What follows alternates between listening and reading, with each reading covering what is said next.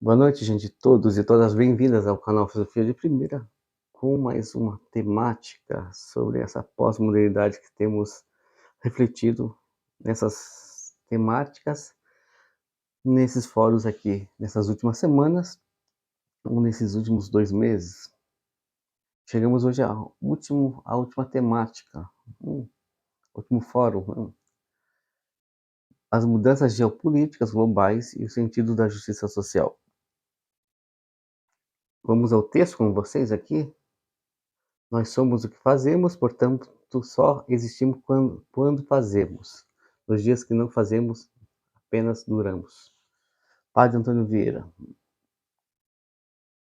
As mudanças geopolíticas globais e o sentido da justiça social.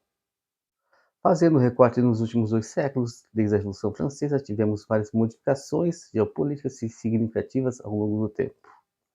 A independência dos povos ameríndios, latinos, incluindo o Brasil, a união de principados menores, formando o novo Estado italiano, o novo Império Alemão herdado da parte da antiga Prússia, isso em meados do século, no começo do século XIX, né? A tensão da Europa crescente dando início ao primeiro grande conflito mundial, 1914 1918, a Revolução Bolchevique de 1917, os reinos e líderes foram derrubados, além de uma grande perda de milhões de pessoas no campo de batalha. Isso também ocorrendo na Ásia, no Oriente Médio, África, revoluções ocorrendo modificando governos e povos. Ideias que não foram então foram defendidas pelos marxistas políticos e econômicos tiveram forte adesão de algumas nações como a Rússia depois da parte da Ásia, principalmente as antigas colônias europeias. Isso sem esquecer a grande crise de 1929, com a quebra da Bolsa de Nova York, lançando milhões de americanos da miséria, atingindo milhões de pessoas ao redor do mundo. Isso fomentou ideias de radicalismo políticos ao novo conflito armado que deu com a presença de governos totalitários em algumas nações da Europa, não é? Como Salazar Portugal, Franco Espanha, Mussolini Itália, Hitler Alemanha, sem esquecer de Stalin na antiga União Soviética. Em plena Segunda Guerra Mundial de 1939 a 1945, nações de forte tradição democrática, França e Reino Unido, contra as ditaduras cristalizadas na Alemanha e na Itália, sem contar com o apoio da Ásia, na Ásia, Japão e na América, Estados Unidos e Brasil.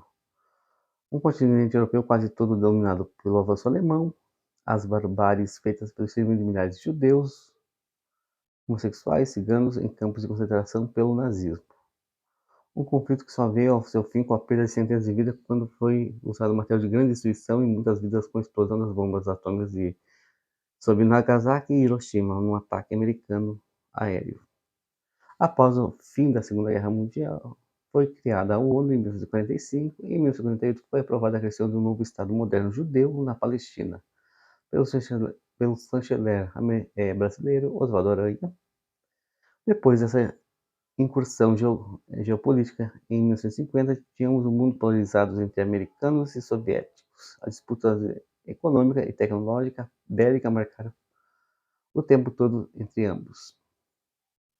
Lá pelas décadas de 1980, os regimes políticos apoiados pela União Soviética começaram a ruir Polônia, Romênia e parte ocidental da Alemanha com a queda da chamada Cortina de Ferro, que caiu em 1989, e depois a União Soviética também caiu. A velha classificação do mundo entre desenvolvidos e subdesenvolvidos então também muda. Entre o primeiro mundo e a sua maioria de nações desenvolvidas e ricas, entre elas Estados Unidos, Canadá, Inglaterra, Alemanha, França e parte da Europa Ocidental, seguindo o mundo sendo encabeçado pela União Soviética, os povos do leste europeu, socialista e Balcãs. A antiga Iugoslávia sendo fragmentada, o terceiro mundo pelos países subdesenvolvidos da América Latina, Ásia, Brasil, na maioria ex-colônias do chamado imperialismo europeu. Após o fim do regime socialista, foram sendo substituídos por economias liberais mais abertas, o protagonismo foi tomado pela OMC, Estados Unidos, novas reduções formadas pela União Europeia, outros blocos formados pelo comércio mundial, como o NAFTA na América do Norte e o Mercosul formado pelo Brasil, Argentina, Uruguai e Paraguai. Com o advento da globalização, a situação foi sendo mais estruturada economicamente e a criação de uma zona livre de comércio. A criação de uma moeda única na zona do euro. Então surgem novas economias de mercado, como a China, Índia e Brasil. Então, desde então, para o mundo globalizado, passou a se dividir entre nações ricas, emergentes e pobres, né? Mas deve-se ressaltar que, por conta de todas essas mudanças no comércio exterior, tratados comerciais, etc., não significou que os problemas sociais, como a miséria, a fome e a violência, fossem expurgados. Ao contrário, a concentração de renda ficou mais concentrada nas mãos dos mais ricos, ainda que o cenário seja de uma economia global, com a mão de obra abundante e barata. Os problemas de saúde da população também aumentaram. As crises de desemprego são inúmeras, as guerras comerciais levam bilhões a perecerem socialmente. A chamada doutrina social da Igreja tenta trazer o que foi a teologia da libertação no passado, e trazer seu escopo a libertar os cativos e os pobres da extrema na América Latina, mostrando o cidadão como oprimido pelo sistema econômico a partir das três áreas distintas: a pedagogia com Paulo Freire, a teologia com Leonardo Boff e a filosofia com Henrique Dussel. Devemos observar que essa linha de pensamento católico vem de 1961 com o Papa João XXIII. Provavelmente isso ajudou a fomentar a chamada teologia da prosperidade no final da década de 70, adotada pelos movimentos e novos evangélicos pentecostais do Brasil e do mundo. Esse conceito de justiça social tem sido difundido em nossos dias devido às novas crises humanitárias vividas, às novas guerras por comida, água, religião, tomam milhões de pessoas sem casa, alimento, sem cidadania. Os párias se tornam gente apátrida, além de forte preconceito e xenofobia dos novos antissemitismo reacionário.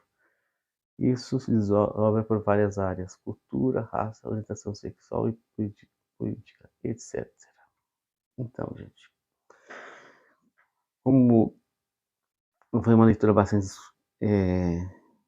intensa aqui, extensa, a gente falou desde a Revolução Industrial, século XIX, século XX, e qual a grande questão hoje da geopolítica mundial, né? Estamos numa guerra, né, entre russos e ucranianos. A Rússia invadiu a Ucrânia.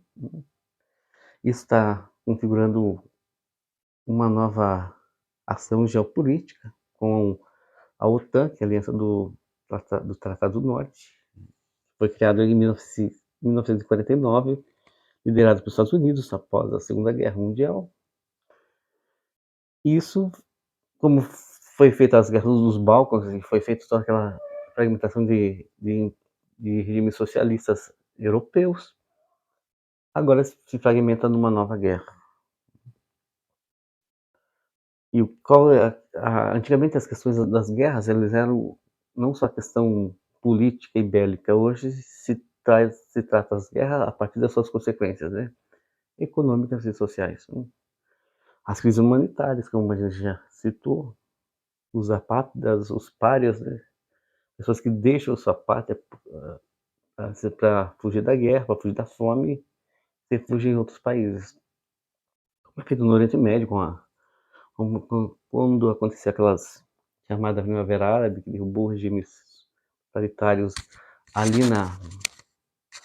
na Ásia e no Oriente Médio, ali, né? Egito, na Líbia, na, na Tunísia, etc., no Iêmen, regimes totalitários, ditaduras. Porque a grande questão hoje, a grande questão é como nós enxergamos hoje a democracia. Porque as ditaduras hoje, elas têm um ar de aparente democracia. E sempre tiveram. Não temos a ditadura pela força, como era antigamente nos regimes totalitários que foram cristalizados. Portanto, os regimes totalitários hoje, se formos colocar, eles podem colocar regimes populistas, ou seja, a partir de um, de um clamor popular, você coloca um líder lá, e o líder, de repente, toma o poder, como é feito em alguns países aí, e ele domina toda uma nação, fica sobre o seu domínio e a sua influência. E a questão da justiça social seria como os governos trabalham com milhares e milhões de pessoas que estão abaixo da linha da pobreza. Entra a questão das lideranças ligadas à religião, também tem esse ponto preponderante nessa questão da justiça social, porque vem dela. Por exemplo, alguns partidos no Brasil nasceram a partir de uma justiça social a partir da década de 1980 contra o regime, contra a ditadura militar que foi instalada no Brasil. No entanto, nos 40 anos da direta já, né, quando deu fim à ditadura dos governos militares. Entretanto, a gente não pode dizer que a grande questão da, da, da aparente, do aparente cenário no mundo seria os direitos humanos, as democracias e a justiça social, além da questão ambiental e da questão econômica. Então, são as três áreas que todo governo, todo Estado tá, acaba se alicerçando, são as preocupações. Então, seria isso.